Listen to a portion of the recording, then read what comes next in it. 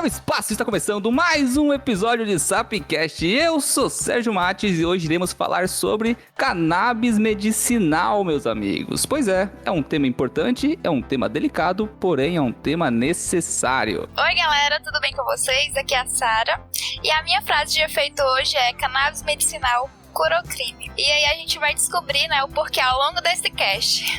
Então, olá, gente, meu nome é Júlia Braga, eu sou médica, pós-graduanda em cannabis medicinal e sou médica voluntária de uma Associação Cannab, que acolhe e acompanha pacientes em uso de cannabis medicinal para o tratamento de diversas doenças. Tenho alguns cursos de especialização quando eu estudei na Holanda em saúde pública e global e pesquisa científica, e é um prazer estar aqui com vocês. Olha aí, pessoal, participante nova, participante importante do episódio. Hoje, como é um episódio com um tema delicado, obviamente a gente precisou convidar a Júlia, doutora Júlia, para participar desse episódio, para trazer um pouquinho mais de propriedade a esse assunto, certo, pessoal? Então vamos lá, galera, muito bem. Hoje vamos falar sobre uma droga, mas não no sentido pejorativo da palavra, mas sim no seu conceito farmacológico. Vamos começar a desconstruir por aqui, a maconha, ou melhor, a cannabis e suas espécies, hoje pode ter uma fama ruim, como droga viciante, porta de entrada para as outras substâncias mais fortes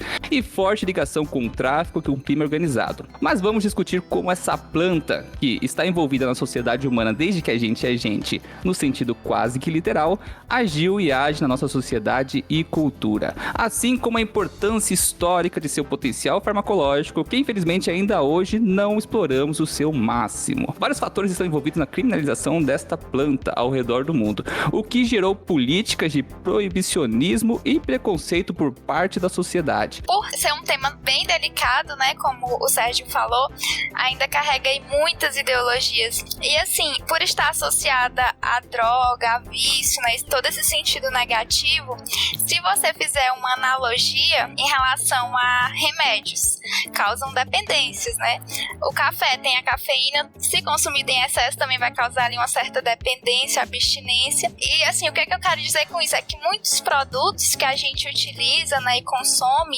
eles também são considerados um tipo de droga. Então, se você observar o significado da palavra, você vai ver que está relacionado a produtos secos, destinado à alimentação e à medicina. E os mercados, antigamente, eles tinham essas diferenças, em produtos secos e molhados, justamente fazendo essa alusão aí à expressão. E hoje a gente vê, essa alusão da expressão em farmácias, que são conhecidas como drogarias, vamos dizer assim. Então, na verdade, o que mata, o que prejudica, na verdade, é o excesso, de como essas drogas, elas vão ser utilizadas. Então, elas podem ser boas e também podem ser ruins. Isso vai depender do contexto aí e de toda a forma como a pessoa vai utilizar. Com certeza. E nesse episódio aqui, a gente vai abordar muito todo esse estigma biopsicossocial que existe em cima da maconha, Ou vamos falar que maconha, em vez de ficar falando cannabis sativa, cannabis índica,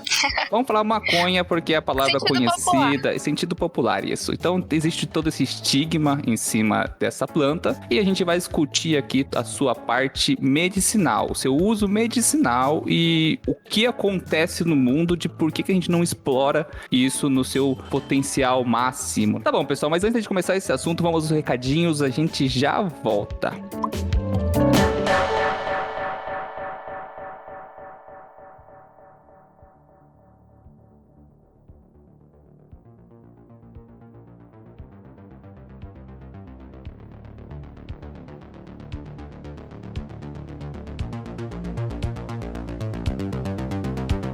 Chegamos na zona de recadinhos, galera, não sai daí que hoje tem recado importantíssimo. Nesse episódio falamos de maconha medicinal e, consequentemente, falamos de algumas patologias que podem ser tratadas a partir da maconha.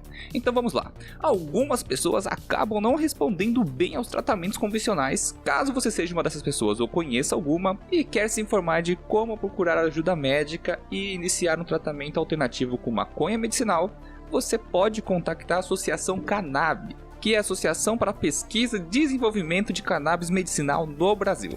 Lá você pode entrar em contato com profissionais da saúde, se informar e quem sabe até mesmo se associar, né? Então acesse o site www.canab.com.br para mais informações. Também é importante salientar aqui, tá, galera, que você nunca deve interromper um tratamento médico e, antes de buscar terapias alternativas, deve buscar aconselhamento e acompanhamento médico, tá bom? Dado o recado de responsabilidade aqui, galera, vamos aos recadinhos básicos. Não se esqueçam de seguir as redes sociais. Se você caiu aqui de paraquedas e quer se manter informado de quando sai episódio novo e de tabela ganhar um monte de post divertido, segue a gente lá no @sapciência. Não esqueça também de seguir o DNA Biológico da Sarinha, né, que escreveu esse roteiro maravilhoso para a gente. Fora isso, temos o nosso site www.sapciencia.com.br, onde você vai encontrar tudo sobre a gente, desde contato, redes sociais, a loja e o sisteminha de apoio-se. São coisas importantes, tá, pessoal? Se vocês querem ajudar esse projeto de alguma forma, querem ajudar ele a crescer, permanecer e, quem sabe, aumentar a frequência de episódios e a qualidade deles, você pode estar comprando qualquer item da nossa loja através do nosso site ou, quem sabe, nos apoiando com menos de um passe de ônibus por mês, galera. Tá tudo lá bonitinho, descrito, entra no site e... Foi parar de enrolar você, chega de lenga-lenga, né, gente? Vamos ao que interessa.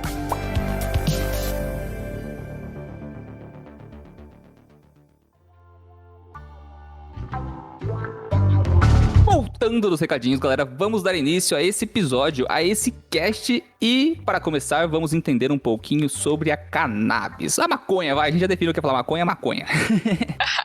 Então, a cannabis, né, ela é um gênero de plantas que dá origem à erva, que vai ser conhecida aí popularmente como maconha, como o Sérgio já bem pontuou. Então, ela é classificada em 3 espécies primárias, né, que eu vou citar só a nível de informação, que é a cannabis sativa, a índica e a ruderalis, e ela vai apresentar suas variantes, né, que vão ser diferentes tanto bioquimicamente quanto morfologicamente. Então, essas plantas, elas têm origem lá da Ásia, né, porque foram lá, né, onde foram encontrados os primeiros vestígios da maconha como uma droga. E aí aqui entra uma coisa bem interessante que você já deve ter ouvido falar, que é sobre o cânhamo, né, ou hemp, né, também tem essa expressão, que é um anagrama da palavra maconha. Então, na verdade, o hemp, ele vai ser qualquer linhagem da cannabis sativa. Então, na verdade, o cânhamo, ele vai ser uma linhagem da cannabis sativa, né? Só que vai apresentar baixas concentrações de tetraidrocannabinol, né? Que é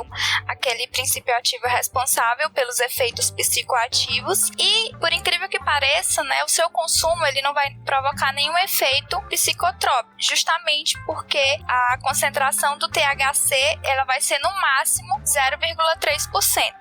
Mas existe uma diferença, né, entre o cânhamo e a maconha, né, apesar de terem a mesma origem. Está em relação, né, ao desenvolvimento, né, do cânhamo, que ele floresce de uma maneira bem mais rápida e o tamanho dele vai ser considerado bem menor. Então, antes, o cânhamo e a cannabis, eles eram considerados a mesma planta. Só que aí, ao longo do tempo, né, uma foi selecionada pelos efeitos psicoativos, que a gente vai ver aqui ao decorrer da nossa conversa, e a outra foi selecionada pela questão das fibras fortes, né, porque o cânhamo, ele é utilizado na indústria têxtil, para produção de produtos alimentícios, dentre outros. E aí, como eu já falei demais, de maneira geral, a cannabis, ela vai possuir cerca de 500 compostos químicos, né, que vai ter mais de 100 canabinoides, que são as substâncias encontradas e extraídas da maconha. Então, apesar de terem muitos canabinoides, né, 2 deles são o foco principal dos estudos, que é o canabidiol, ou CBD, que você já deve ter ouvido falar,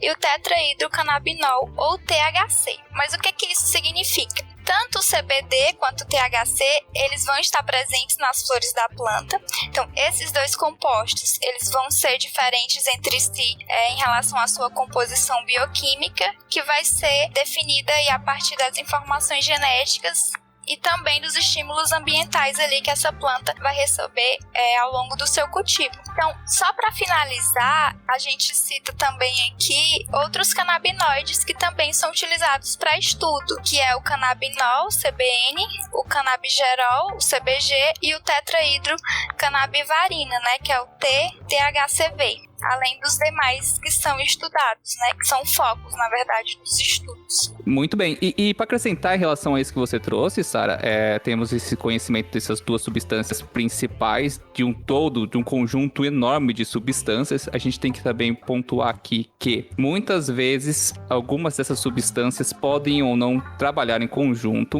Esses estudos acabam sendo feitos numa velocidade muito inferior do que a gente gostaria de fazer, né? De entender sobre as substâncias que essa planta possui. Enfim, várias pesquisas relacionadas ao uso desses canabinoides, eles acabam apontando o potencial terapêutico e farmacológico no tratamento de diversas doenças. E isso se dá, pois esses dois canabinoides mais conhecidos, né? E mais estudados e explorados, o THC e o CBD, eles vão agir no sistema endocannabinoide do corpo.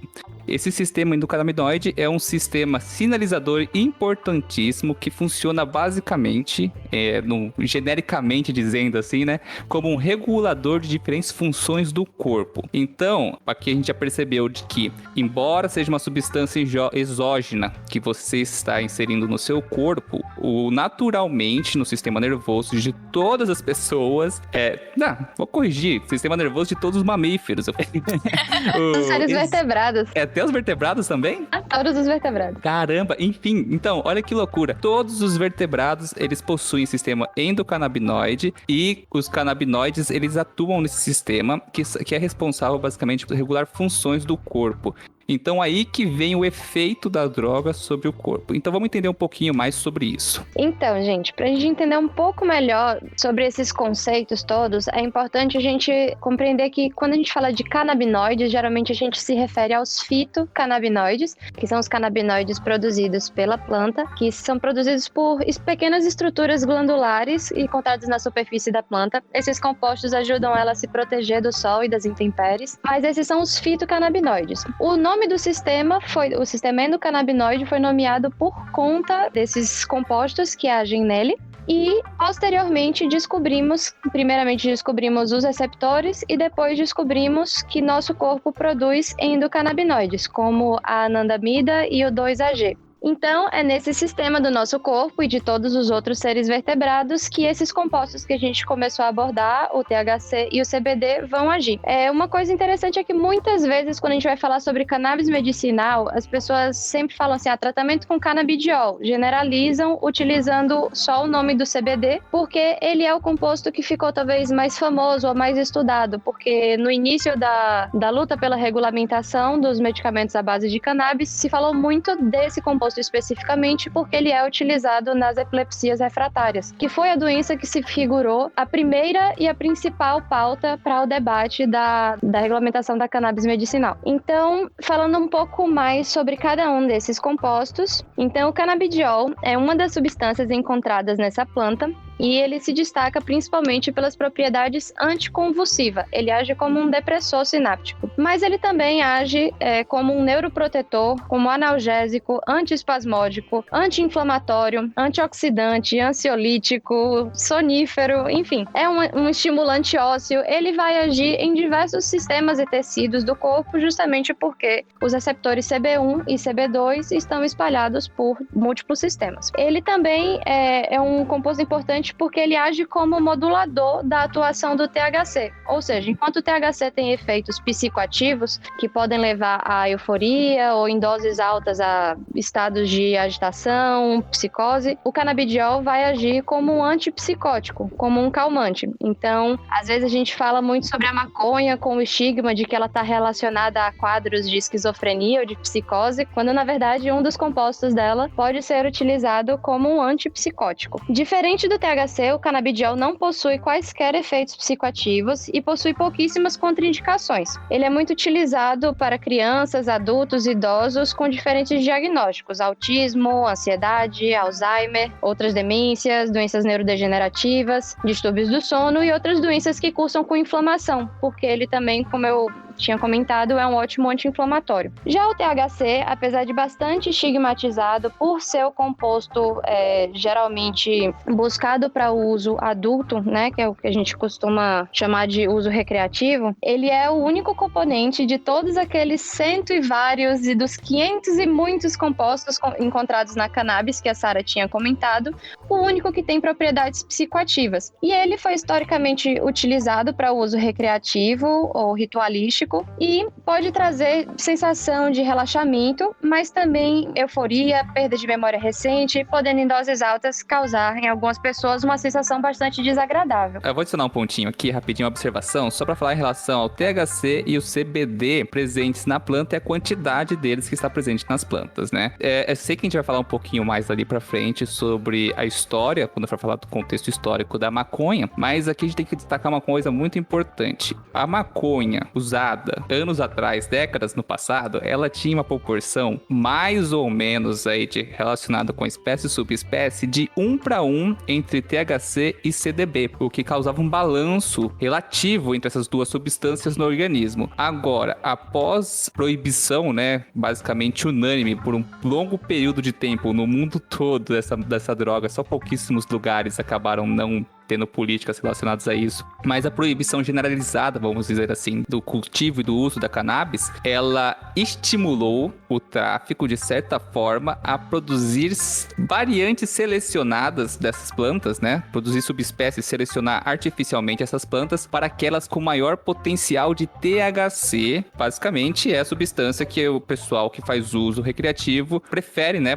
Justamente por causa dos efeitos relacionados a ela. Então, eu fiz uma pesquisinha rápida só para o pessoal ter uma ideia. Hoje, a maconha comercial, a partir do tráfico, ela tem uma quantidade de 9 a 30 vezes a quantidade de THC que tínhamos há 100 anos atrás. Então, isso já tem um desbalanço muito grande aí. E só outro dado importante a acrescentar aqui, que hoje a maconha legalizada no Uruguai, ela tem uma relação de 15:0 entre THC e CBD. Zero simbólico, tá, gente? Não vai ser um zero absoluto, porque a planta precisa dessa substância na sua fisiologia. Mas é relacionado ao que vem pro consumidor durante o fumo, né? Que é a administração mais comum que acontece no Uruguai. Você acaba tendo uma quantidade muito maior de THC relacionado ao CBD, o que acaba se tornando, assim, um problema até relacionado ao uso recreativo. Outro estigma colocado aqui, né? Exatamente. Então, é importante pontuar que não necessariamente isso é fruto do proibicionismo.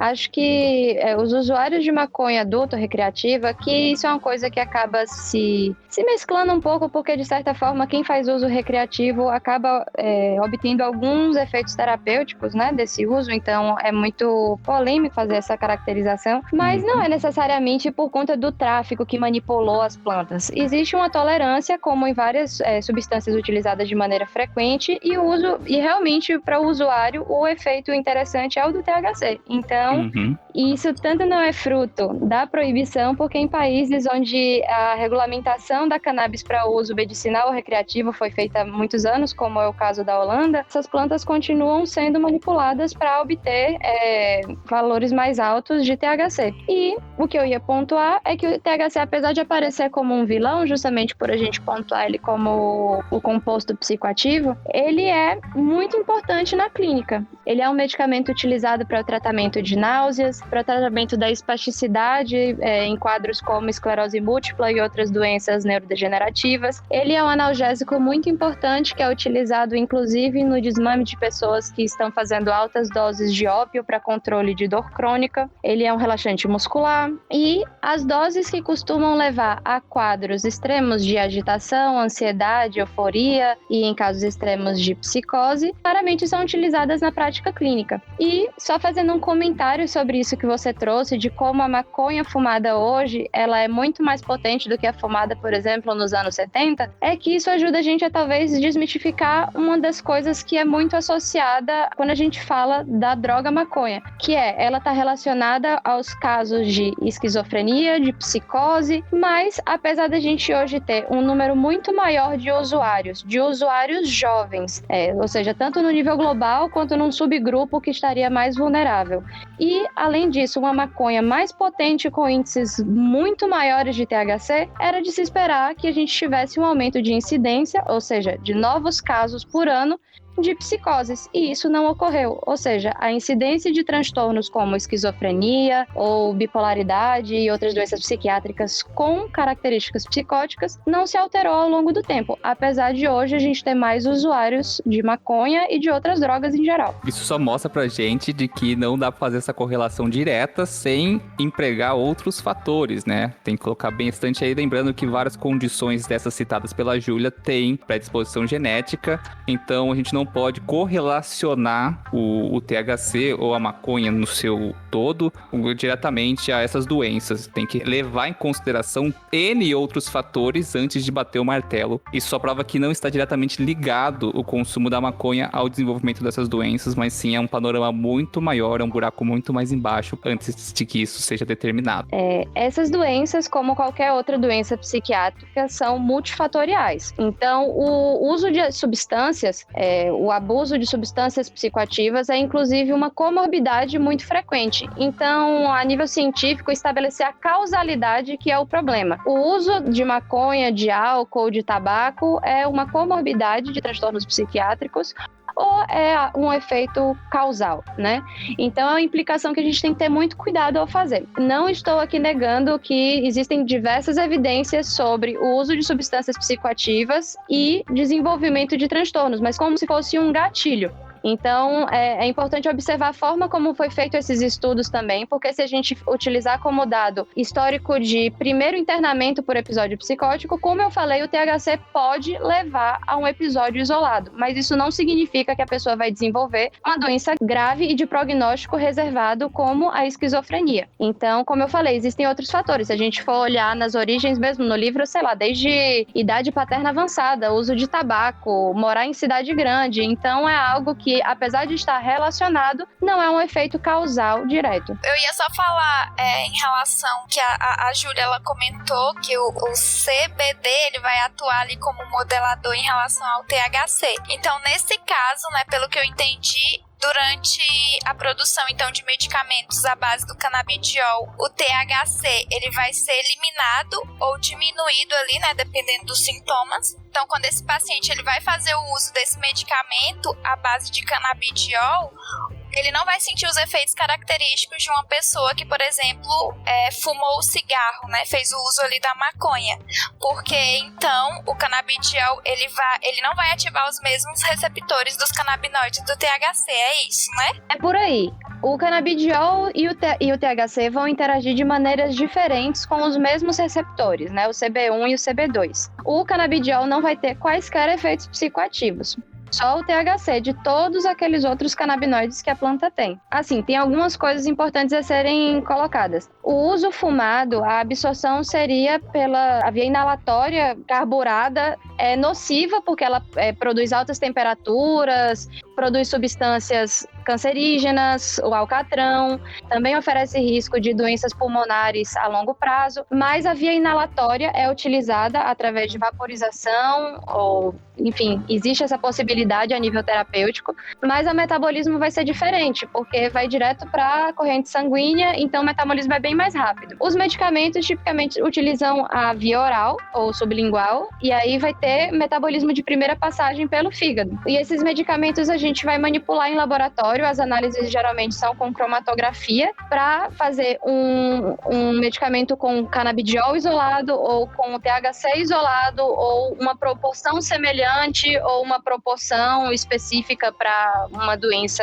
específica. E uma coisa interessante, Sara, é que os medicamentos que possuem os compostos de maneira isolada, como por exemplo o canabidiol isolado, eles não são tão potentes quanto o uso da planta como um todo, porque existe um efeito que a gente chama de efeito comitiva ou efeito entourage. O que é observado nos estudos é que quando os canabinoides estão presentes de maneira conjunta, eles têm um efeito maior e mais potente do que quando a gente isola ou produz um semelhante em laboratório. Relacionado às pessoas que fazem tratamento com o óleo da maconha, com o extrato da planta, né?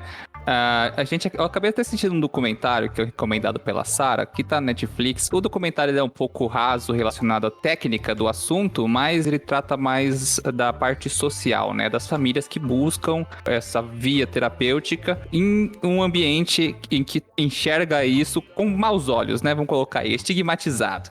Enfim, nesse documentário é discutido sobre o uso da cannabis para o tratamento oncológico, né? O tratamento do câncer. E durante a passagem do documentário você vê vários casos distintos de cânceres distintos e relacionados, né? Porque a gente sabe que o câncer não é uma coisa só, existe N tipos e dependendo de qual você desenvolva, né? Acaba desenvolvendo, existe diferentes vias de tratamento e fármacos específicos para cada um. Enfim, o que traz o documentário é até abordado esse ponto em questão da dose e da pesquisa, porque como não existe uma pesquisa ampla relacionada a certos tipos de doenças, né? Não existe um protocolo padronizado para tratar certas condições. Dessa forma, as mães, no caso do documentário, que acabam buscando essa via terapêutica para tratar os seus filhos, os próprios fornecedores do extrato da maconha acabam ajudando a fazer essa dosagem relacionada para o paciente. Então, elas acabam trazendo proporções diferentes da quantidade de CDB e THC. Às vezes só CDB, às vezes só THC, tem toda essa passagem também.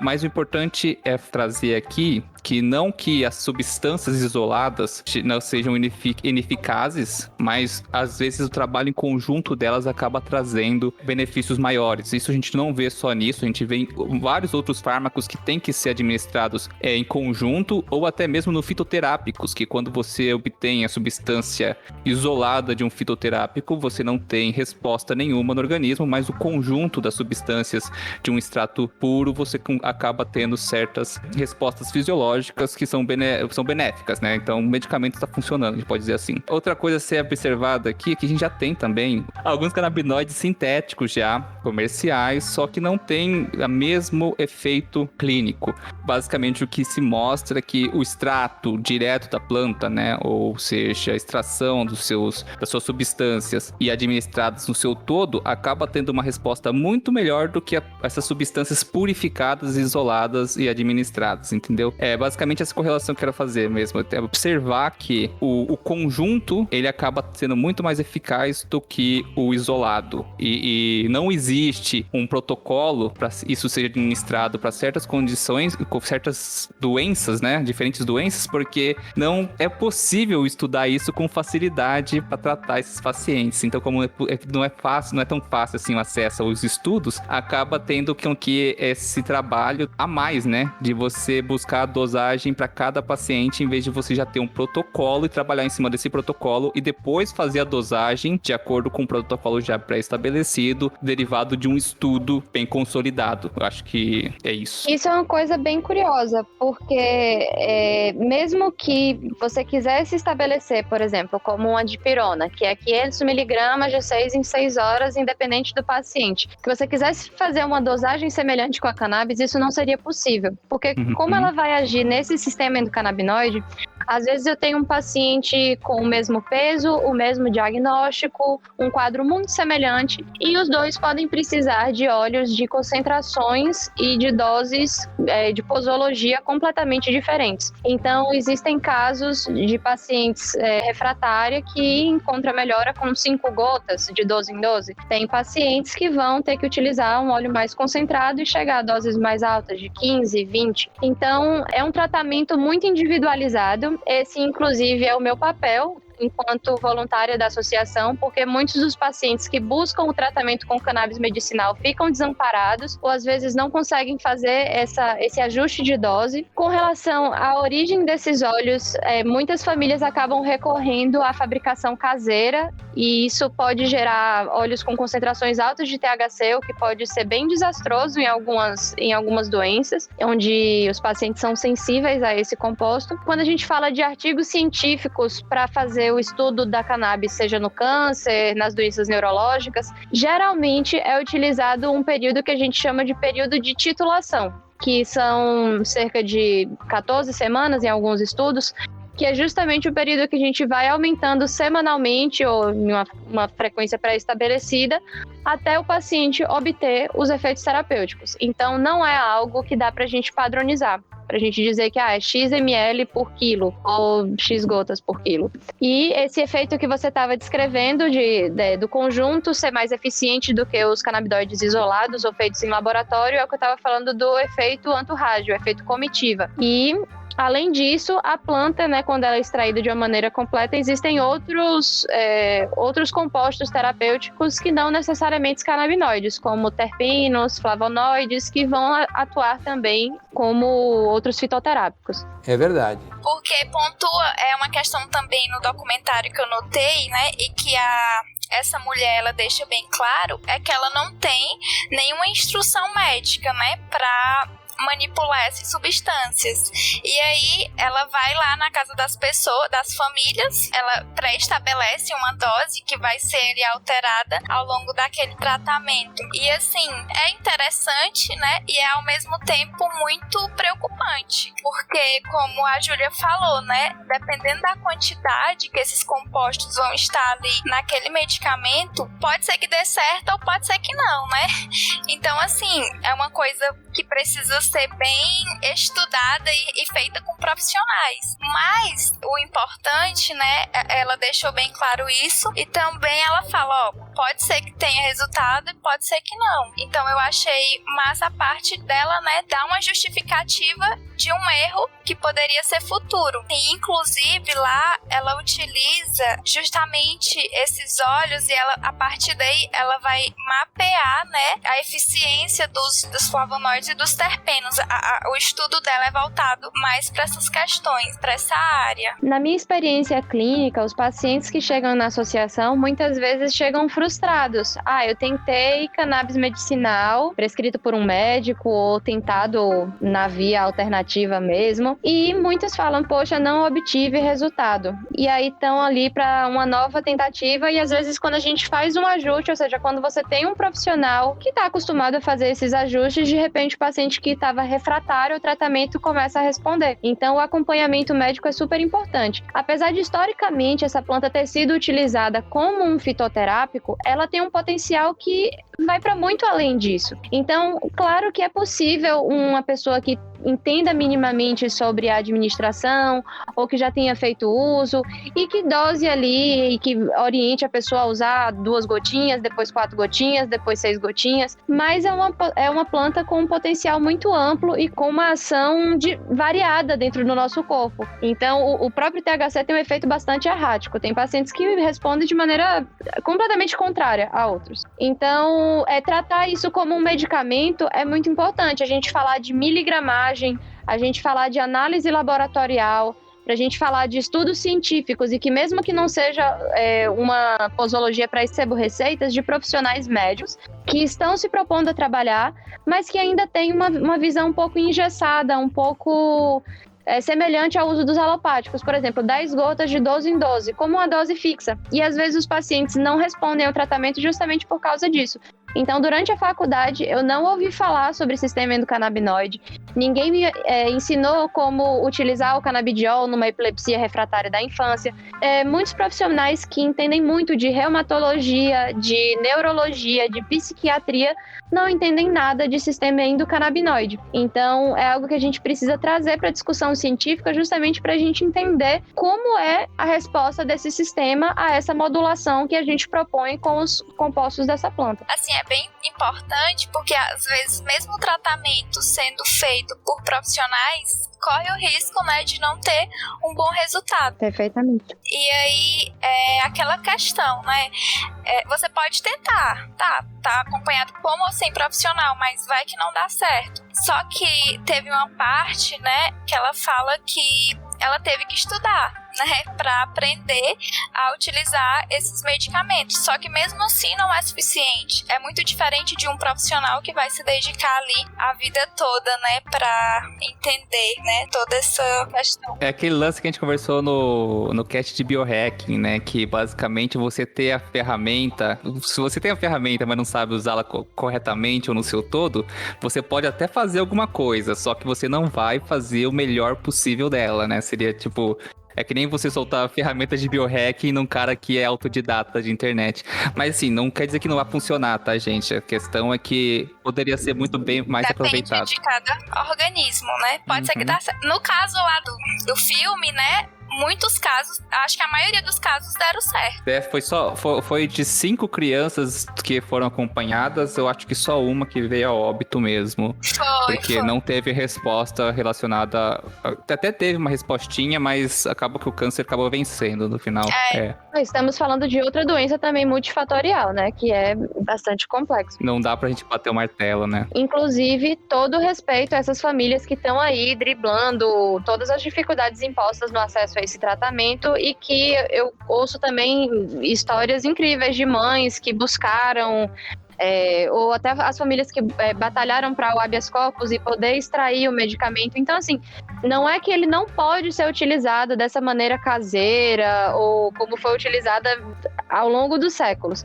Porém, a gente precisa trazer essa discussão para o plano científico e a gente entender sobre enzimas, metabolismo, dosagem, protocolos, estudos duplo cego randomizados e coisas do tipo, para que a gente saia um pouco dessa discussão de é uma droga, é um medicamento, é os dois, qual é a dose? Então...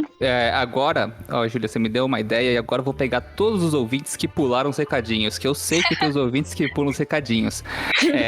Eu vou pedir depois, vou pegar as referências e como encontrar tratamento, como buscar, onde procurar aqui no Brasil. Para quem tiver interesse, vai estar no recadinhos. Depois eu vou conversar certinho com a Júlia para pegar todos os dados, sites de referência. Então, todos esses dados vão estar nos recadinhos. Se você não sabe, é porque você pulou, safado. Então, se você quer saber, você volta lá e escuta.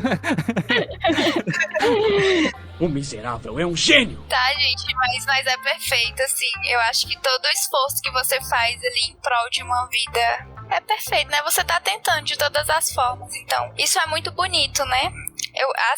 A preocupação dos pais, né, na série mostra muito essa questão. Uma coisa interessante é que isso foi algo que eu observei na minha prática clínica. Do mesmo jeito que a minha avó, que foi uma das primeiras pessoas que eu comecei a tratar com cannabis medicinal, que nunca tinha feito uso recreativo de maconha na vida e que agora estava buscando esse tratamento por causa de uma dor crônica intratável, a maioria dos meus pacientes que chegam a consultório, que eu imaginei que talvez tivessem algum contato prévio com a maconha fumada, ou que conhecessem, ou que soubessem de alguém que faz uso, são pessoas completamente leigas no tema e que o que elas compartilham de comum, apesar dos diversos diagnósticos, é uma peregrinação por diversos especialistas, tentativas de diversos fármacos alopáticos e uma luta muito penosa que às vezes leva toda uma vida até chegar na maconha como uma última opção. Então, pacientes que tinham 70 crises de epilepsia todos os dias, mesmo com o uso de diversos medicamentos anticonvulsivantes, que encontraram na cannabis um alívio para uma redução de 5, 10 episódios ao dia, que muda a história de um paciente, mas muda a história do entorno dele também. Então, boa parte desses pacientes com câncer, com Alzheimer, com Parkinson, não fumaram um baseado e descobriram que aquilo aliviava os sintomas. Geralmente eles chegam no consultório dizendo: doutora, eu já tentei de tudo e o meu pai, minha mãe, meu filho, meu sobrinho não melhora. E eu ouvi em algum lugar, em quem sabe um podcast do Sapcast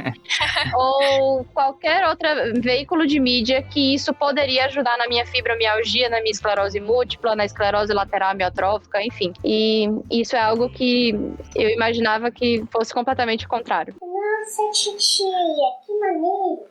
Tá, agora a gente chega numa parte bem interessante, né, da nossa conversa, que vamos relembrar um pouquinho aí sobre a história da cannabis, né, entender desde o início até os dias de hoje. Então, os primeiros registros para fins medicinais da maconha, eles foram encontrados na farmacopeia do imperador chinês Shen Nan, que foi considerado lá na época o pai da medicina chinesa. Então ele já prescrevia, né, o uso do chá da maconha para o tratamento de algumas doenças que eram recorrentes na época. E aí teve também a questão do livro, né, um livro chamado De Matéria Médica, que foi escrito pelo médico Pedânio Dioscórides, que ele foi considerado o fundador da farmacologia, que ele traz toda essa questão do uso da cannabis como uma substância natural para aliviar as dores. Então, na obra, a planta ela estava associada à melhora de dores articulares e também inflamações. Então, vamos dizer que ela foi a Bíblia, né? Foi a referência ali de toda aquela época. E aí, após toda essa popularidade dos benefícios, estavam se espalhando ali pela Ásia, Oriente Médio e África, os médicos da antiguidade eles começaram a prescrever o uso da maconha para o tratamento de dores e outros tipos de doenças, né? Então, isso funcionava, né? Funcionava, e que bom que funcionava, porque assim, como a gente viu, a quantidade excessiva, né, dependendo da dosagem da planta, do uso da planta, vai provocar alguns efeitos psicoativos, né, e que talvez as pessoas da época não sabiam, mas elas utilizavam assim com base nos conhecimentos que iriam ali adquirindo ao decorrer do tratamento que os pacientes eles iriam apresentando, né, da melhora do quadro dos pacientes. Mas tá, e quando é que essa droga ela vai chegar aqui no Brasil?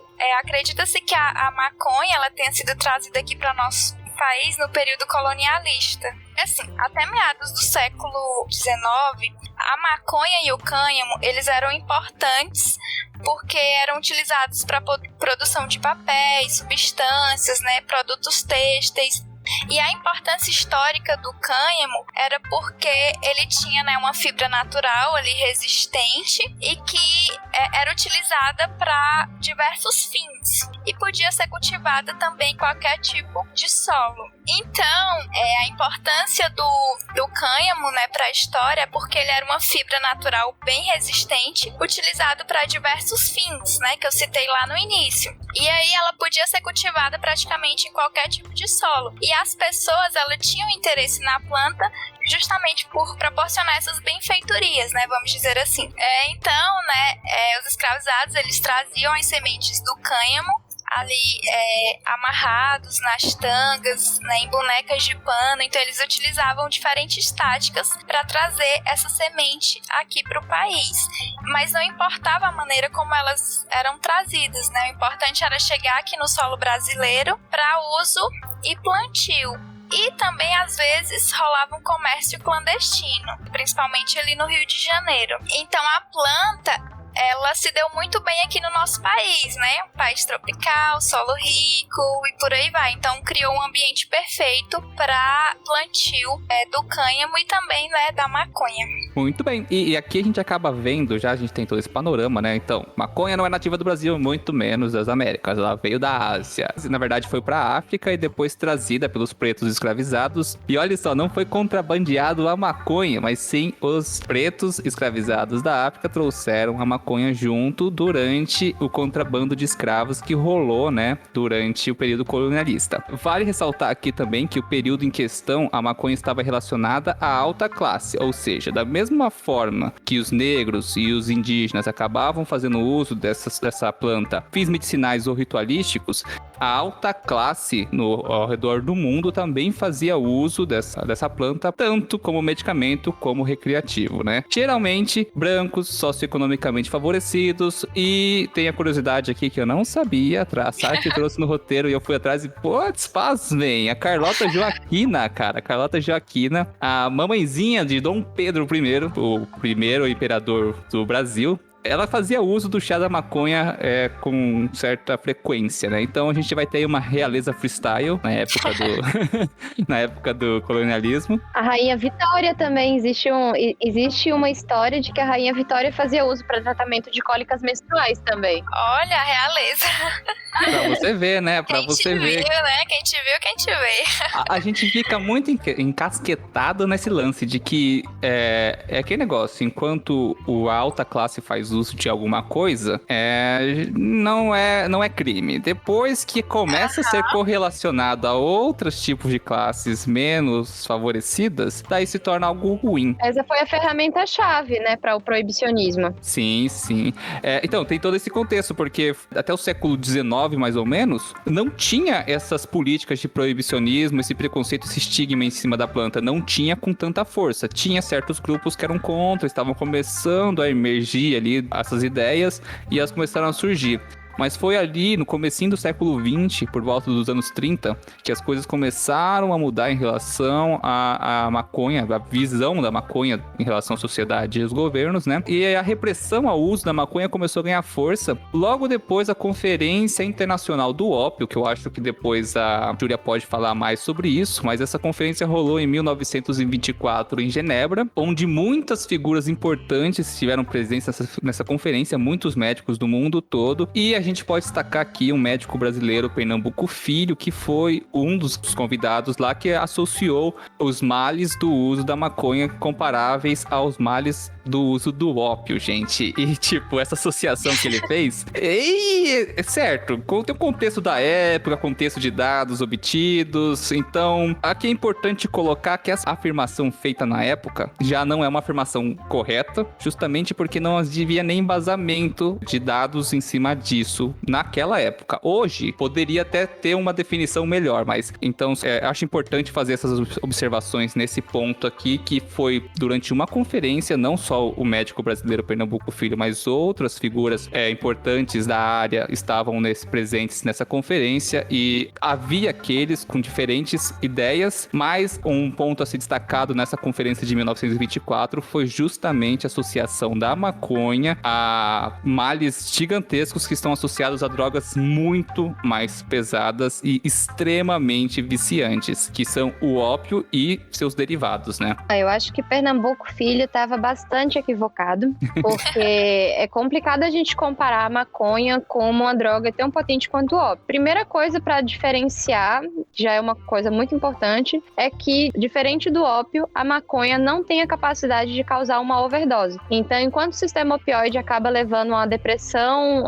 cardiorrespiratória em doses altas, e inclusive isso é um problema até hoje, né, de superdosagem, tanto de quem faz uso de substâncias abusivas, ou mesmo quem faz uso de tratamento médico, às vezes ocorrem overdoses. Não existe uma overdose de maconha. E, inclusive, ela é uma planta utilizada para desmame, ou seja, para retirada tanto de vícios, como com heroína ou outros derivados do ópio, quanto de opioides para tratamento médico. Então, ela não causa overdose.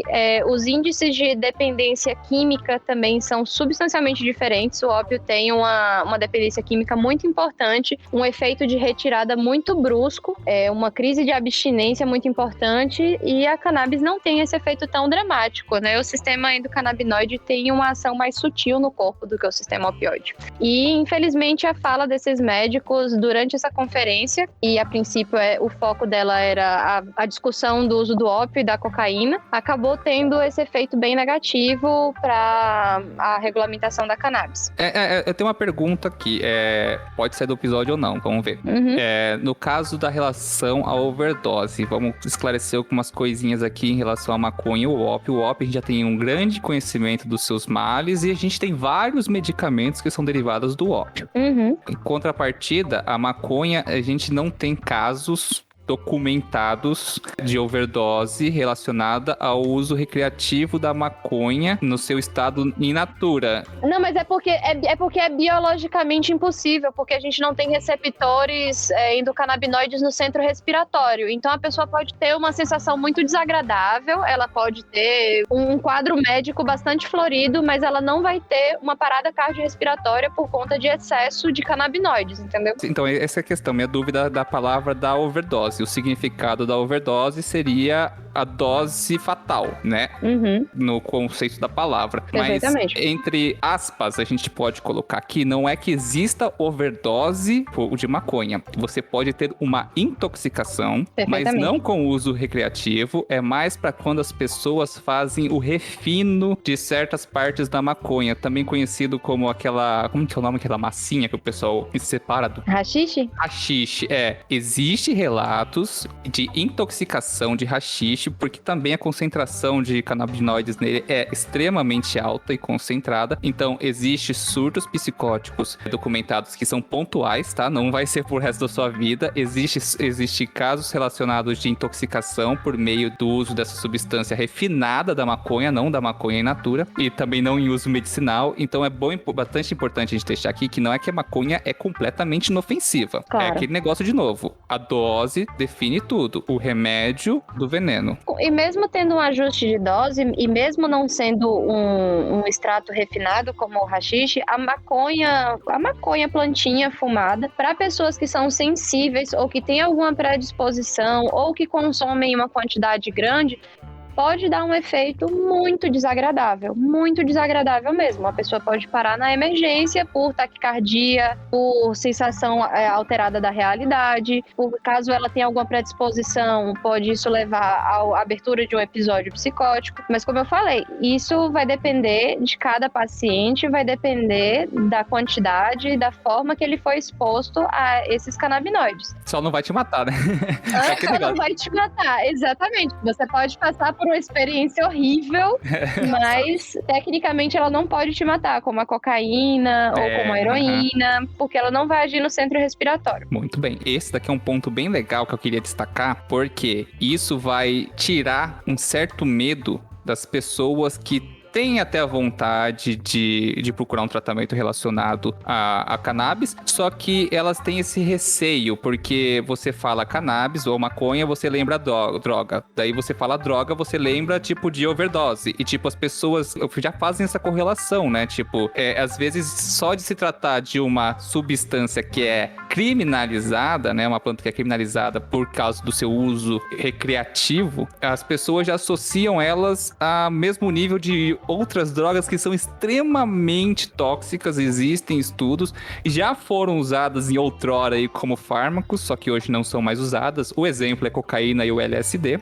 Olha que legal, pra quem não sabe, curiosidade aí no cast, LSD foi uma substância criada inicialmente, se eu não me engano, era combater a hemorragia pós-parto, né? Então, ela era um ao contrário de dilatar, é constritivo. Vasoconstrictor. Mas eu conheço outra história. Eu conheço que como é derivado de um fungo, né, do ergot, os derivados do ergot são utilizados na enxaqueca. E a esposa do inventor do LSD, ela sofria de enxaqueca e ele estava tentando manipular e atingiu esse composto com atividades psicoativas. Mas eu tinha ouvido isso. São várias versões. Não é que são várias versões, ela pode ter várias utilidades. Uhum. Mas aqui que fala do Albert Hofmann, que o primeiro cientista a sintetizar experimenta e entender os efeitos da tilamida ao ácido glicérgico. Ok, daí ele fala, ele trabalhava em um laboratório farmacêutico de Sandoz, pesquisando substâncias que pudessem ser usadas no tratamento de hemorragias pós-parto. Na verdade, então, quer dizer que não é que ela era usada para tratamento pós-parto. Ela foi uma substância obtida para tratar isso, mas o efeito dela não era bem esse. Foi totalmente diferente. Deu um baratão. Você sabe como ele descobriu o efeito dessa droga, Sarah? Não. Tomando uma dose absurda e indo pedalar de bicicleta. Sério? Ele derrubou na mão sem querer, daí ele falou, fudeu, vou embora pra casa. Daí... Corta. Esse não é um cast sobre o LSD. Então, Sérgio, contextualizando um pouco mais essa parte histórica, você tinha citado a Conferência do Ópio, que foi um evento organizado inicialmente para falar sobre o uso nocivo dos derivados da papoula e também sobre o uso disseminado e o tráfico da cocaína. Então é importante trazer alguns outros eventos do início do século XX para entender essa virada da visão da maconha como uma substância medicinal para uma substância absolutamente tida como nociva. Então, até o início do século XX, ela era comercializada como medicamento. Aqui no Brasil, tinha inclusive cigarrilhas para tratamento de asma, por mais absurdo que isso pareça. Paradoxal. Porque a cannabis tem propriedades broncodilatadoras, mas as pessoas desconsideravam todos os efeitos nocivos do uso carburado. Então, a partir da Conferência do Ópio, foi feito um adendo sobre o haxixe, que seria essa resina extraída da maconha, e que já foi pontuado que o uso dela de maneira recreativa seria bastante prejudicial. E por conta do comércio de cana cânhamo, na época, que era muito forte, eles fizeram essa separação de que é importante regulamentar a comercialização das fibras de cânhamo, mas tendo uma fiscalização sobre esses extratos das flores que seriam utilizados para fins recreativos. Mas lá nos Estados Unidos, o que também estava acontecendo era, nos anos 29 houve a Grande Depressão, houve um aumento importante da desigualdade social, aumento da pobreza e também um influxo grande de mexicanos por conta da Revolução Mexicana. E nesse período também estava em vigor a lei seca com a proibição do álcool, onde houve uma popularização do uso da cannabis. Porém, a cannabis era mais utilizada por grupos estigmatizados, como os latinos, os negros, e isso fez com que, nesse período, fosse instalado um primeiro gabinete de combate aos entorpecentes, aos narcóticos. E quem chefiava esse departamento era Harry Anslinger, que, a partir dos anos 30, começou a veicular afirmações falsas, de cunho absolutamente racista, sobre o uso da maconha. Uma frase que eu grifei dele, que ficou bem famosa, foi: a maior parte dos usuários de maconha são negros, hispânicos e filipinos. Sua música satânica, jazz e swing, vem do uso da maconha.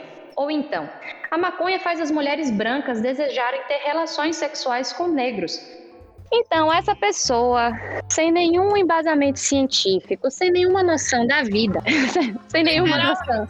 Que afirmação esdrúxula que o cara fez, né, meu? Exatamente. Então, essa pessoa que chefiava, que foi o primeiro chefe do Departamento de Narcóticos dos Estados Unidos, foi um grande responsável por iniciar a veiculação de antipropaganda com relação à maconha. Existe um filme mesmo chamado Reefer Madness, que basicamente é uma mulher que fuma maconha e resolve participar de uma orgia, ou um cara que fuma maconha, né? E se joga de um prédio, ou um paciente que começa a ter uma crise absurda. Enfim, são cenas absolutamente caricatas, de cunho falso, afirmações racistas. Nessa época, essa era uma ótima justificativa para encarceramento em massa desses grupos socialmente discriminados, né? Então, a posse de maconha ainda, infelizmente, uma grande responsável pelo encarceramento em massa da população negra. Então, a partir desse momento dos anos 30 e do proibicionismo ganhando esse cunho mais incisivo, mais combativo às drogas nos Estados Unidos, isso acabou se espalhando para outros países. Na era Vargas, mais ou menos, que aqui no Brasil ela também começou a ser regulamentada, proibida,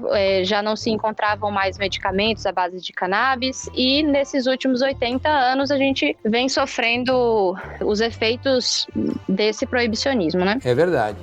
Relacionado ao proibicionismo da maconha, né, começou com isso, a gente já vê que já tem um caráter completamente racista e xenofóbico, começar por aqui. E não científico. E não científico, exatamente. A gente tem que pontuar, acertar esses pontos e também falar do encarceramento em massa. Eu queria botar um dado aqui, é bem importante. Aqui no Brasil, 1 a cada 3 pessoas presas hoje foram ou estão esperando julgamento, motivo tráfico de drogas. Tráfico de drogas não é internacional, não é magnata não, gente. É algumas pequenas gramas ou porções no bolso. É o aviãozinho. É o boquinha de fumo. É tipo, prender ele não vai mudar o tráfico internacional. Ele é só uma vítima da sociedade. A gente pode colocar em relação a isso.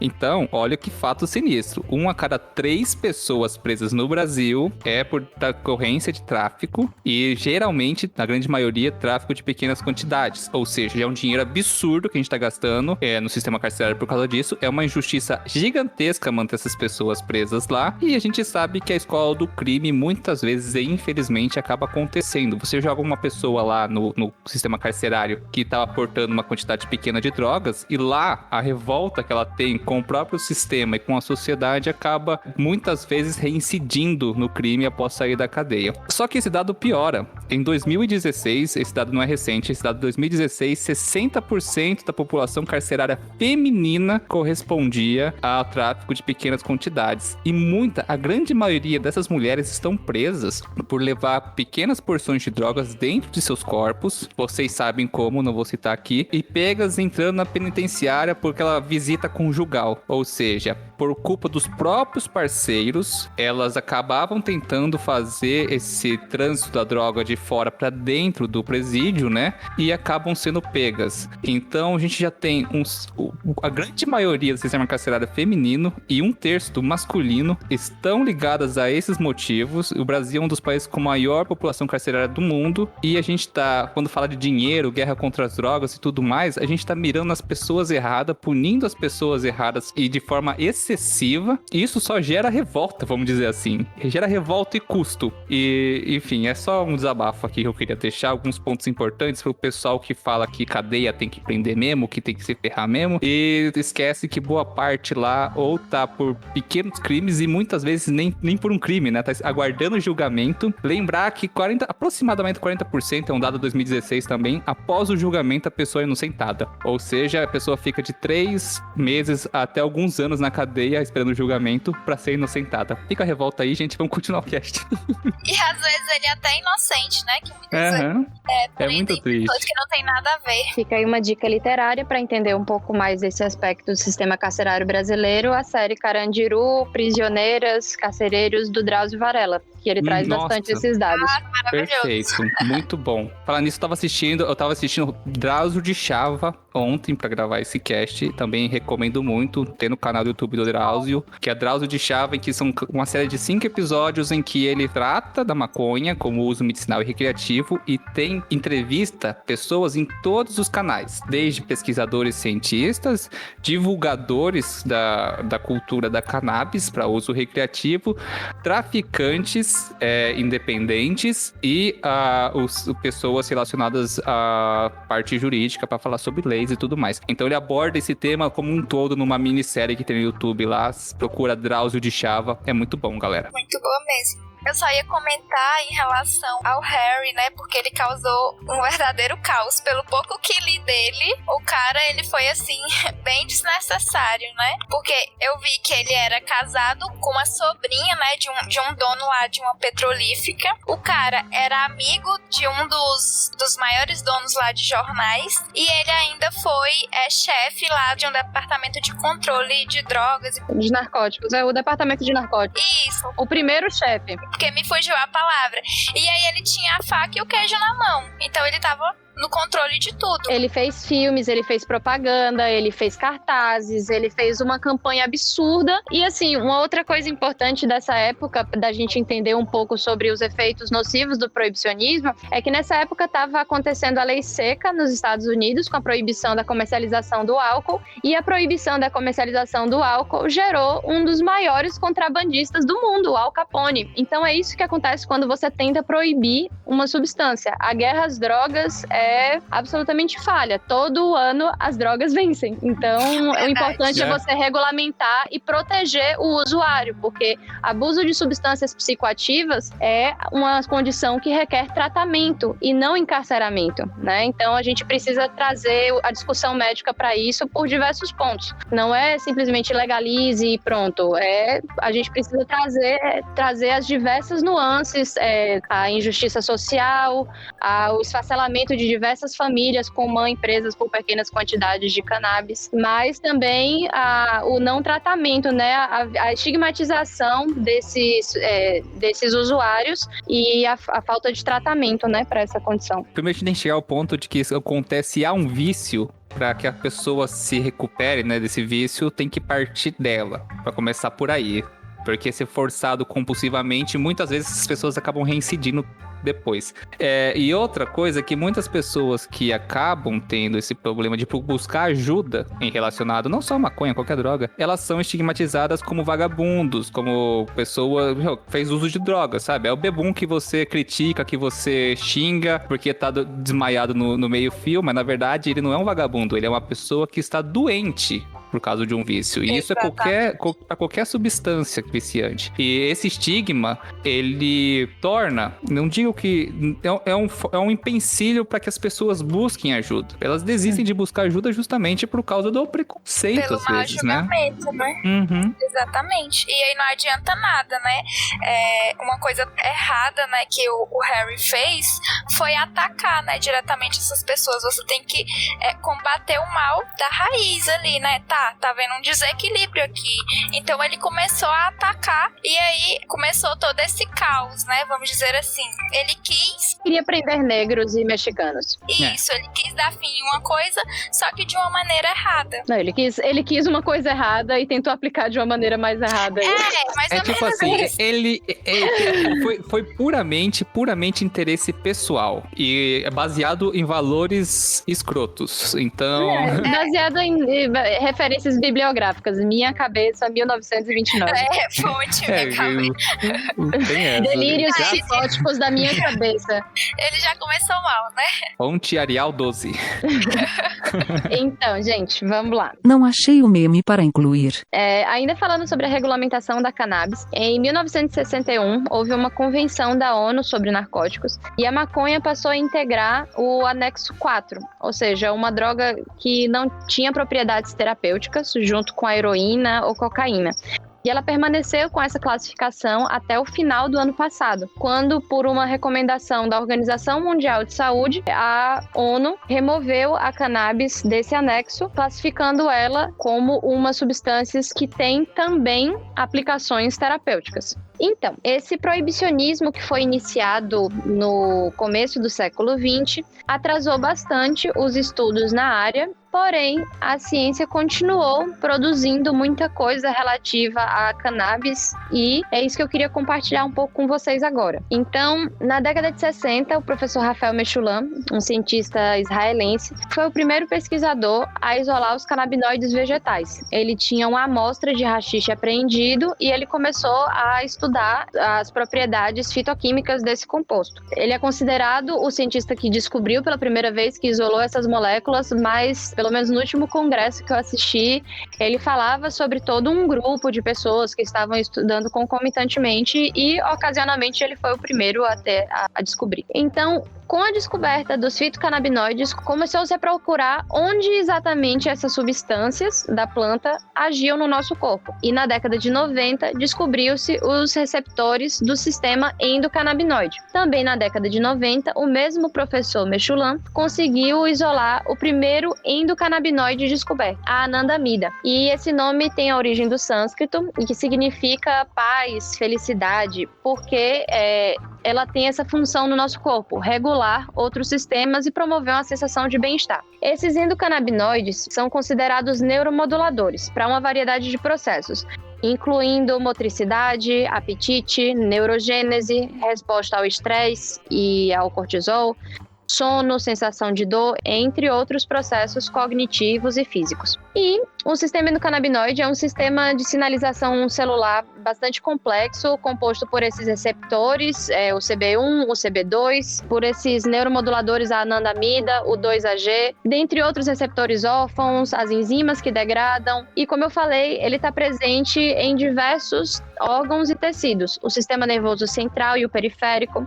o sistema imune, linfático, reprodutor, ósseo, digestivo. E o que se entende da função desse sistema é que ele é responsável por garantir a homeostase dos outros sistemas.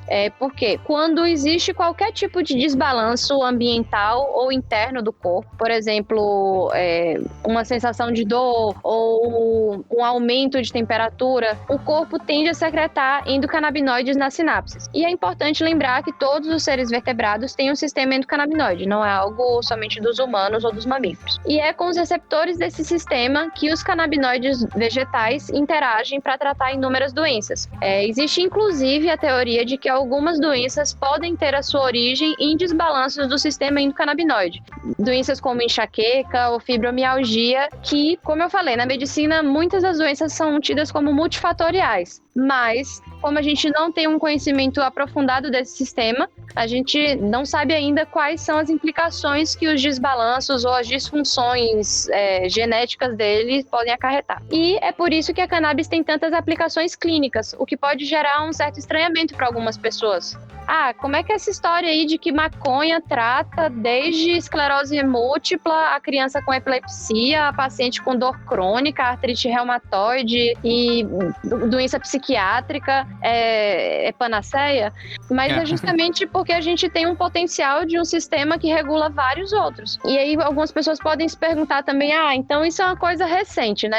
Começaram a descobrir os efeitos da maconha agora e estão estudando isso. Mas na verdade, como eu tinha comentado, o proibicionismo reduziu muito o número de pesquisas feitas, mas não interrompeu por completo. Então na década de 90 já haviam artigos do professor Mechoulam com um pesquisador brasileiro, o Dr. Elisaldo Carlini, sobre as propriedades anticonvulsivantes do canabidiol. Então é isso, evidência científica não é algo que começou a surgir por agora. E a pesquisa desse pessoal aí que continuou na resistência proporcionaram um embasamento científico para a exploração de tratamentos para pacientes da área do câncer, da psiquiatria, da dor crônica, das doenças neurológicas e outras comorbidades. Só para adicionar em relação a esse proibicionismo e a produção científica relacionada à maconha, exemplo do Brasil, tá, gente? Aqui no Brasil, durante a produção científica, principalmente os bolsistas de pós-graduação que temos aí nas universidades públicas e privadas do país, né? São os principais pesquisadores aqui no Brasil. Geralmente, durante o trabalho que você precisa desenvolver uma pesquisa, você acaba usando um reagente químico ou outro que tem controle exclusivo do exército, aí você tem que fazer tipo uma solicitação, explicar o porquê que você vai usar aquele produto e você consegue, a universidade consegue a liberação para você conseguir estudar usando substâncias que são controladas pelo exército. É burocrático? Mas é possível e até, de certa forma, até acessível, não é tão complicado assim, é só você explicar o porquê você precisa, quanto você precisa, vai lá, faz o pedido, solicita, a universidade pede e acontece. Em relação à maconha, é um labirinto burocrático para que você consiga fazer isso. Não é só essa licença do exército que você precisa para estudar a maconha, mas você vai precisar cultivá-la, de certa forma, ou obter de algum lugar que cultive ela legalmente, né?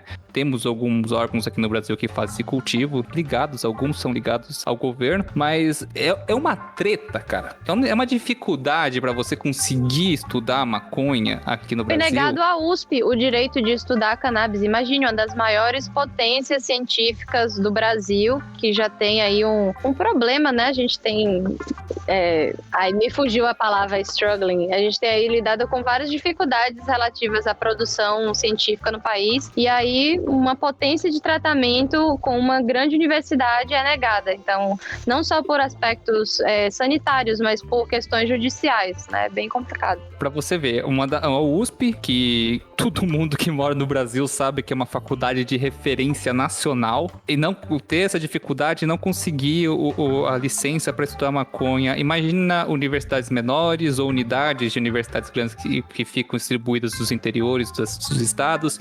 Então, tipo, só tô trazendo aqui para esclarecer o quão difícil é produzir cientificamente um material relacionado a cannabis por questões burocráticas que a gente vive no nosso país. Ou seja, é mais fácil você comprar substâncias para produzir uma bomba, literalmente, do que você conseguir a licença para produzir, para estudar maconha. Uma planta. Vai salvar uma planta. Sim. Então fica aí jogado no ar pro pessoal refletir sobre isso. Reflita um segundo sobre o que você está falando. Sim, só uma curiosidade. Num congresso que eu participei, o professor Mechoulam, que já está com 90 e vários anos, que continua na ativa, ele citou sobre uma potência de estudos na área de doenças autoimunes, como a diabetes mellitus 1, que é aquela que ocorre na infância, e outras doenças que não têm tratamento muito eficientes estabelecidos, como a endometriose. Então, aqueles outros canabinoides também que a Sara tinha citado no início do cast, sobre o THCA, TBG, CBN. Então, todos eles também têm ações que a gente ainda conhece muito pouco. A gente sabe mais sobre o THC e o CBD, THC. E esses compostos são obtidos através do extrato da planta mesmo. A gente está falando aqui sobre a dificuldade que é porque não pode plantar e tudo mais. Mas atualmente a gente já tem na farmácia fármacos com canabinoides, como é o caso do Mevatil, Marinol, Epidiolex, o canabidiol isolado. E aí, uma coisa interessante que eu tava vendo é que o Meshulam, né, ele foi muito importante, né, pra questão da cannabis medicinal, porque teve uma época, né, com essa questão da proibição que a Júlia falou, as leis, elas começaram a restringir, né, a prescrição ou até mesmo proibir a prescrição médica para o tratamento de doenças aí com a cannabis. E aí, inclusive, ela foi excluída da farmacopeia americana. E aí, só a partir dos estudos, né, desenvolvidos pelo cientista, o Meshulam, é que a cannabis medicinal, ela começou a se restabelecer ali novamente. E aí, em 2013, né, tem um pico, assim, ela vai receber um destaque a nível mundial. E além do trabalho desenvolvido pelo Meshulam, né, com a descoberta dos sistemas endocannabinoides, foi lançado nessa época um documentário de um médico muito famoso, né, na época, e ainda hoje eu acho que só que eu não lembro o nome dele. Ele reafirmou, né, os benefícios terapêuticos que a cannabis ela proporciona para o tratamento de epilepsia. Então foi a partir daí que o canabidiol, né, a maconha, ela passou a ser aceita por vários países, né, do mundo. Tanto com a pesquisa do Meshulam, quanto com esse documentário, né? E destacar também o papel da ciência brasileira, né? Que na década de 60, 80, Elisaldo Carlini estava lá fazendo parceria com um cientista de renome como Rafael Meshulam, que inclusive no país de origem dele, lá em Israel, as pesquisas estão muito avançadas na área da cannabis medicinal. Então, a gente está muito para trás. Israel tá voando nessa parte, né? Ele foi muito perfeito, porque assim, inclusive faleceu, né, no ano passado, foi o professor. E aí ele trabalhava além, né, de desmistificar o uso da cannabis, ele trazia também os benefícios, né, para a saúde. Então foi um trabalho que ele desenvolveu ao longo de todos os anos, né? Infelizmente ele veio a óbito. Menos uma pessoa aí, né, para ajudar nessa questão. Então assim, ele foi, né, um dos maiores especialistas em entorpecentes aqui no nosso país. Muito bom ter lembrado, né, sobre ele. Então, dando continuidade, né, à nossa conversa, agora a gente vai ver um pouquinho sobre as perspectivas da maconha medicinal, né? Então, o uso, né, como é de entendimento de alguns, o uso e o cultivo da cannabis medicinal já é regulamentado em alguns países, né? Porque inúmeros pacientes, eles dependem da planta para fazer tratamentos e terapias, porque algumas doenças, né, mesmo você tendo tratamento médico, só os medicamentos, eles não conseguem ali ter o controle. Então, a cannabis, ela entra justamente nessa função, né, de tentar amenizar, né, esses sintomas.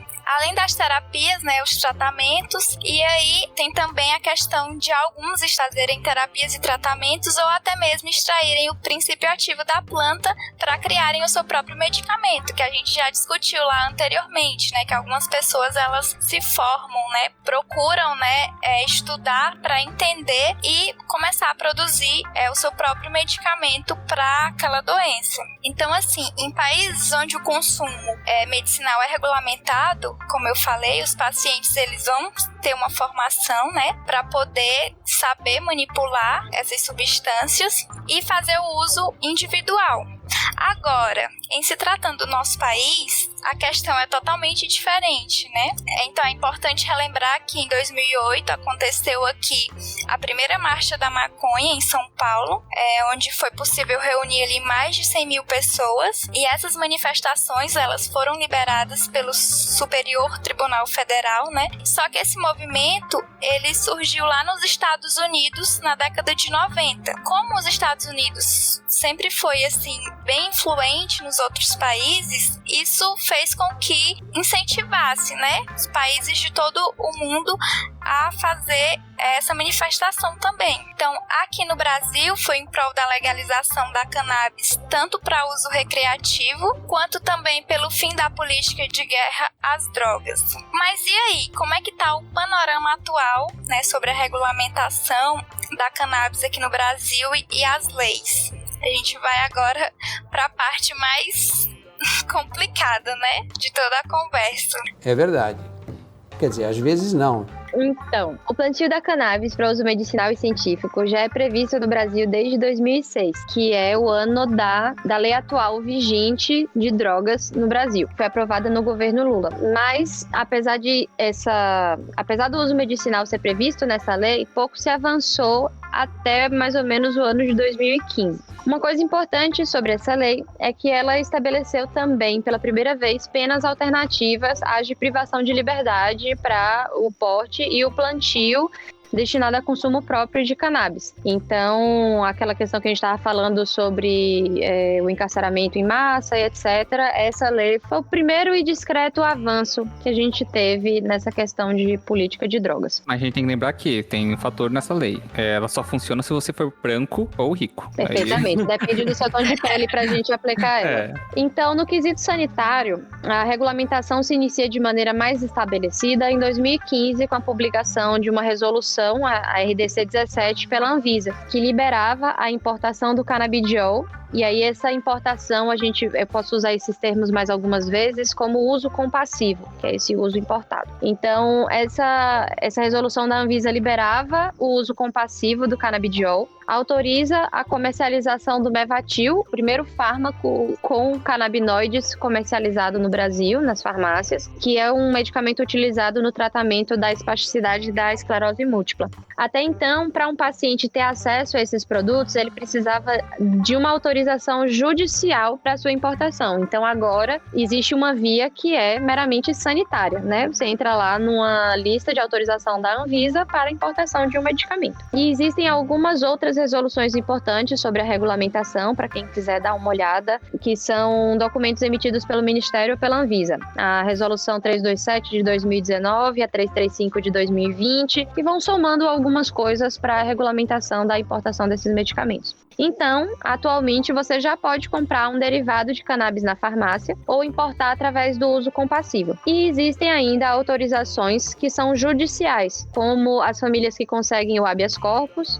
Existe também a Associação Abrace de João Pessoa, que foi a primeira a obter uma autorização judicial para plantio e comercialização de extratos de cannabis. Então, essa é uma via possível e mais acessível para os pacientes daqui do Brasil. E, atualmente, está em discussão a votação do projeto de lei 399, que visa ampliar a regulamentação do uso medicinal e ainda a regulamentação do cânhamo para fins industriais. E esse projeto de lei vai regulamentar justamente a produção de produtos em território nacional, facilitando o acesso a milhões de pacientes que poderiam se beneficiar desse tratamento.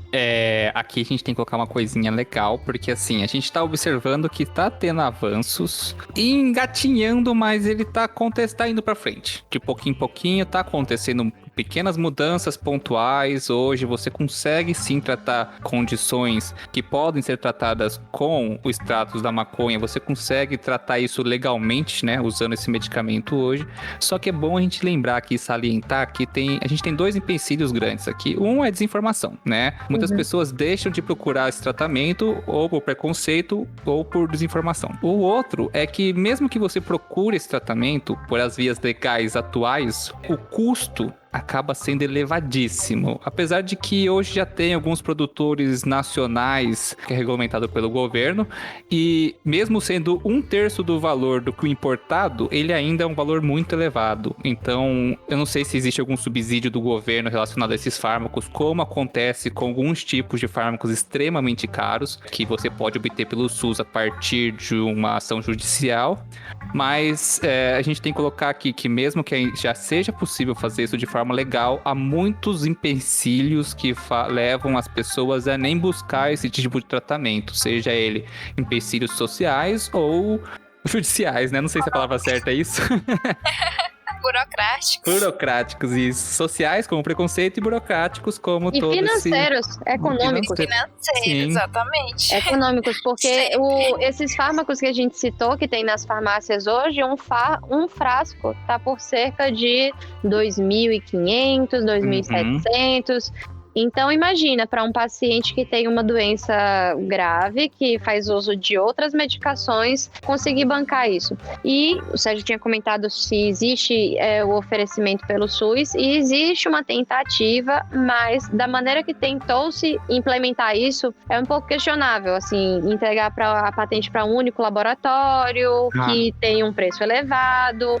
Então, o projeto de lei seria mais visando regulamentar a associação de pacientes, as farmácias vivas do SUS, produção por unidades de pesquisa. Então, muita gente fica se perguntando se vai ter se isso vai afetar a parte do uso recreativo, mas isso não está previsto nesse projeto de lei. Inclusive, muitas das pessoas que são pró-legalização questionam e criticam, né, o projeto de lei, porque ele é muito engessado, bem estrito sobre essa parte de indústria e produção de medicamentos, e que é um projeto de lei passível de crítica, sim, mas que seria o maior avanço até o momento, pensando nessas famílias que ainda estão lutando para ter acesso a esse medicamento. Em algum dos textos que eu vi na pós, eu tinha visto que a perspectiva de número de pacientes que poderiam se beneficiar dos tratamentos, considerando as patologias que eu tinha citado, é de cerca de 4,5 milhões. Imagina só. E o potencial econômico disso também é gigantesco, porque tendo a regulamentação do cânhamo, como eu falei, não tem por que proibir cânhamo. É um material super importante para a indústria, desde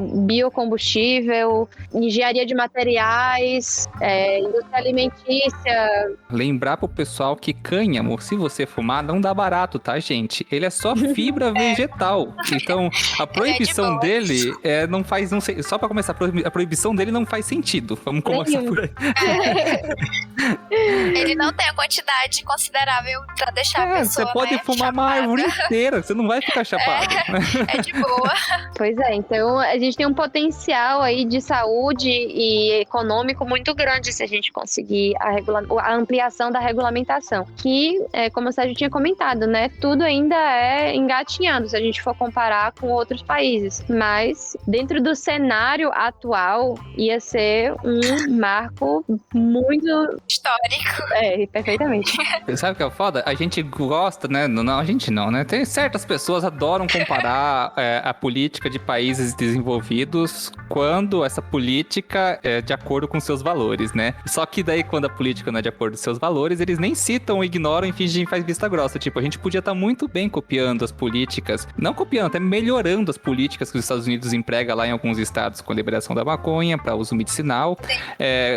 Copiar parte das políticas que Israel faz relacionada ao estudo e pesquisa da maconha, não só para usos medicinais, mas para tudo quanto é tipo de coisa. E daí você fica pensando, o pessoal adora usar como exemplo essas potências, né, tecnológicas e comerciais, mas eles... Quando é conveniente. Eles ignoram tudo que não é conveniente pra eles. Isso... Então, né, fica aí o panorama também. Crítica social foda! Crítica social foda! Exatamente. Tudo no Brasil é mais complicado, né? Bem-vindos ao Brasil. Aquele negócio, né? Nascer no Brasil já é uma conquista. Já é uma vitória. Já é uma vitória. Exatamente.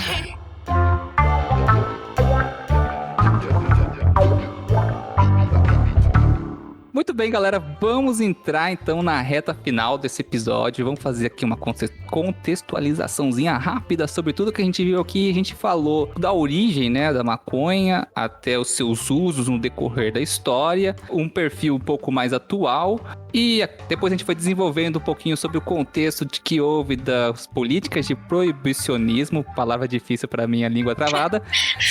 E a gente agora está contemporâneo a nós mesmos, né, aqui com a situação da maconha hoje em dia. Então, agora eu quero saber de vocês o que a gente pode esperar, né?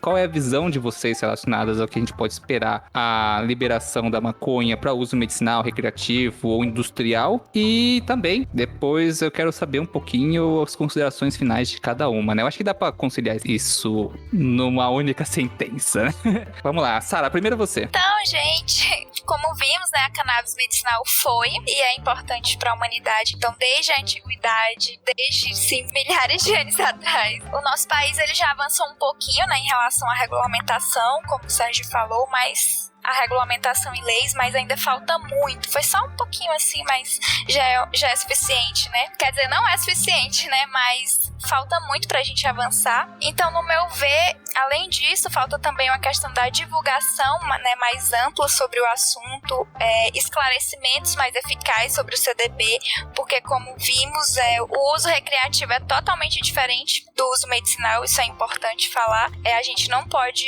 misturar essas duas coisas, então elas precisam estar claras, né? Então, assim, os estudos sobre a cannabis medicinal, eles são bem sérios e promissores, mostram a diversidade de aplicação da planta, assim, em diferentes situações, principalmente na questão relacionada, né, ao tratamento médico, né, e a formulação de medicamentos, né, que tem se mostrado muito importante e beneficiada aí milhares de pessoas em todo o mundo. E isso é muito importante, porque essas pessoas, elas têm, né, conseguem ter uma qualidade de vida melhor. Então, assim, no meu ver, falar sobre esse assunto é de extrema importância, apesar de ser delicado, mas é necessário a gente falar sobre o assunto, porque senão ele nunca vai ser debatido. A gente tem que sair um pouco, assim, dessa mesmice, né? Então, é importante porque vai esclarecer as pessoas, vai combater também a desinformação e ainda, o que é mais importante, né, desmistificar o uso da cannabis medicinal. E as minhas últimas palavras, elas não poderiam ser diferentes, são de agradecimento, então obrigada mais uma vez por estar aqui com a gente, por ter nos ouvido, que eu acho que vai dar mais de 2 horas. Então é muito importante a sua participação e você pode ajudar a gente compartilhando essa informação para alcançar mais pessoas, né? Pessoas que têm curiosidade sobre o assunto e ao mesmo tempo têm medo, né, de falar, de se posicionar ou então de buscar alguma ajuda. Então é muito importante. Muito bem. Última coisa, Sara. Onde o pessoal te encontra mesmo? Sim, eu sempre esqueço. Vocês me gente, acho que vocês me encontram lá no DNA Biológico, podem mandar lá, sigam a gente nos nossos perfis. Então, assim, o seu engajamento é muito importante para que mais conteúdos como esses, né, sejam trazidos para vocês. DNA Biológico marcado no post, galera. Muito obrigado, Sara. Agora vamos, Júlia, sua vez. Então, gente, obrigada por oferecer esse espaço para debater esse assunto de uma maneira científica. Então é isso, acho que a gente tem que trazer o debate da cannabis medicinal para o cunho político e não meramente social ou político, porque isso aí envolve mais talvez o uso recreativo. A Sara tinha comentado sobre uma diferença assim entre o uso adulto e o uso medicinal. Essa diferença, não existe necessariamente um abismo. Muitas das pessoas que fazem uso recreativo estão fazendo uso para alívio de estresse, insônia e várias outras coisas. Então é importante a gente dialogar também com o usuário, falar sobre redução de danos, estabelecer políticas centradas realmente em pacientes, que é o que deveria ser o foco. Não, a gente não deveria estar embasando essa discussão em argumentos rasos, tirar o estigma da droga para poder explorar o grande potencial que a gente tem com essa planta. Então, obrigada pela oportunidade. Pessoas que se interessaram pelo tema ou que são ou que conhecem alguém que seria um paciente em potencial, pode me achar na Associação Cannab, @Associação Cannab, que é onde eu sou médica voluntária, junto com uma outra equipe muito bacana. E é isso, gente. Obrigada. Muito obrigado, então, a todos que ouviram esse episódio. Muito obrigado a você, Sara, e a Júlia. Lembrar vocês que a Júlia é muito importante a participação dela nesse episódio, justamente por causa do tema ser delicado. Existe um estereótipo muito grande por trás dessa planta, né? O estigma da droga, do consumo, do vício. Então a presença da Júlia nesse episódio traz o ponto de vista de um profissional de saúde, os estudos que ela fez durante a formação dela, os estudos que ela faz atualmente e o trabalho dela, tudo isso serve aqui para vocês, tá bom, pessoal? Depois eu vou deixar nas referências o contato para quem tiver interesse de entrar em contato com a Júlia ou com a Associação Cannab, vai estar tudo na descrição do post, nos recadinhos, tá, pessoal? Vamos abrir um pouco a mente, não para o uso recreativo, não que seja um problema ou não, mas sim para aquela pessoa, se você conhecer alguém que faz um tratamento, que não vem dando resposta há um bom tempo, essa pessoa tem uma qualidade de vida baixa por causa dessa condição, então se for o caso dela e o quadro dela, recomende para que ela procure um profissional da saúde para esclarecer se ela pode ou não ser tratada por essa forma e se é possível usar dela de uma via terapêutica para essa pessoa. Então, fica aí a responsabilidade desse episódio. O Sapcast não estimula o consumo de drogas para uso recreativo. Só para finalizar, então, agradecimento a todos que escutaram, agradecimento a vocês que participaram, muito obrigado a vocês duas. E aí, então é isso, pessoal. Muito obrigado e até o próximo episódio. Fica aí com os pós-créditos. Até o próximo. Tchau. Tchau, tchau.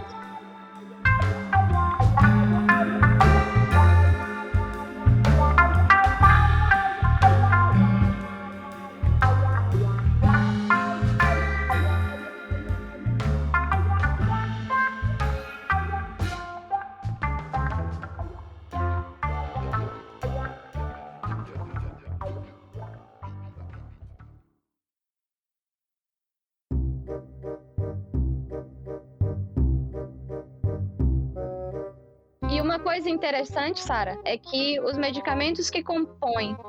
Ai, blá, blá, blá, blá, blá. Vai dar certo.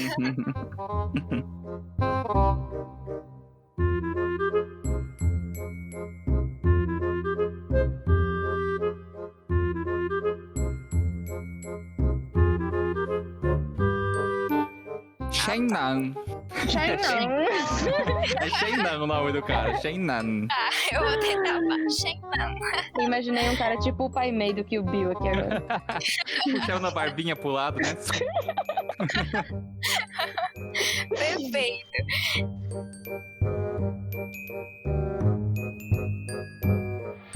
Não, eu acho que você pode desenvolver alguns reflexos, tipo um reflexo vasovagal. Ai, meu Deus, apareceu um cachorro! Que é isso? De onde você veio, cachorro? Sai daqui! Isso. Meu Deus, dog! Ele tá vindo aqui comer meu bolo. Sai daqui! Sai daqui! Gente, é um doguinho! Mas Oh, como assim? meu Você tem um cachorro e não sabe que tem um cachorro? Não, eu tô no segundo andar de uma casa. Esse cachorro não pertence a essa casa. Ele apareceu. Meu Deus. Oh, caramba, calma aí.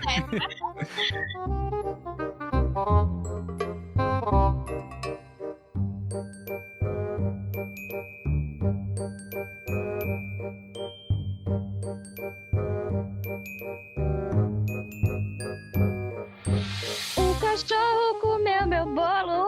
Comeu mesmo? Ai, gostei. Eu queria botar.